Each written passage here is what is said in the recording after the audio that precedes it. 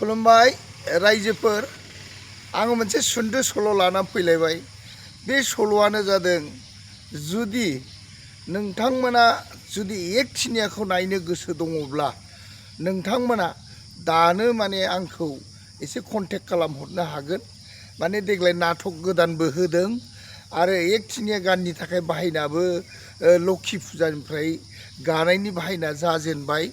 बेखायनो मोनथिहोनाय जादों एकथिनिया गानखौ लांफैनो गोसो दङब्ला आंनि जायगा जादों साम्फामुथि बाजार, चिरां डिस्ट्रिक्ट, हाइरड सेरावनो साम्फामुथि बाजार होनना बुङो। बेयाव नोंथांमोना फैनो हागोन।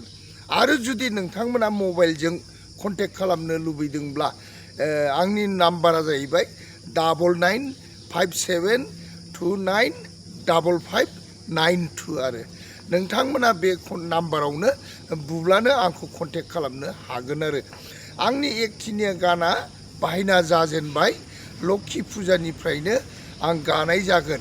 बेखायनो नोंथांमोननो सोरबा लांनो गोसो नायनो गोसो दङब्ला बा नायनो लुबैयोब्ला आरो बर' फिसा एकथिनिया गाना थांनानै दं दासिमबो होननानै साननानै नोंथांमोना नायनो लुबैयोबा आंनि नाम्बाराव कन्टेक्ट खालामनो हागोन। आरो आङो दानो बाहायना जाजेनबाय आरो सानजा सोनाब सा खोला नोंथां आइ आफा रायजो राजाखौ खोन्थाहरनाय जायो।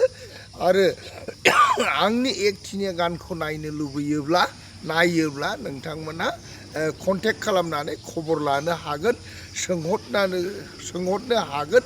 आं बेखायनो नैबे इउटुब चेनेलजों आङो माने खोन्थाहरनाय आरो बुंनाय जादों। बर' फिसा होननानै जुदि नोंथांमोना एकथिनियाखौ नायनो बायाब्ला आरो नायनो गोसो दङब्ला आरो एकथिनिया गानखौ फोथांनानै दोननोब्ला नोंथांमोना लांफैनो हागोन। आरो दा बेखायनो आंनि नाम्बारखौ बुंनाय जादों गले गले 9957295592।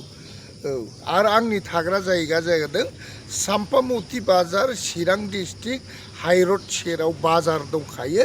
बे बाजारावनो आंनि न' आरोखि। दा बेखायनो नोंथांमोनखौ आङो खोन्थाहरनाय जाबाय। बे एकथिनिया गाना दा तालिम होगासिनो दङ।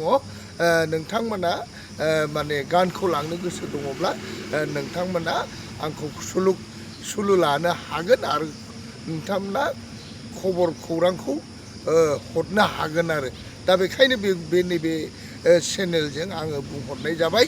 रायजोफोर आङो खोन्थाहरनाय जाबाय आरो गोजोन्थों।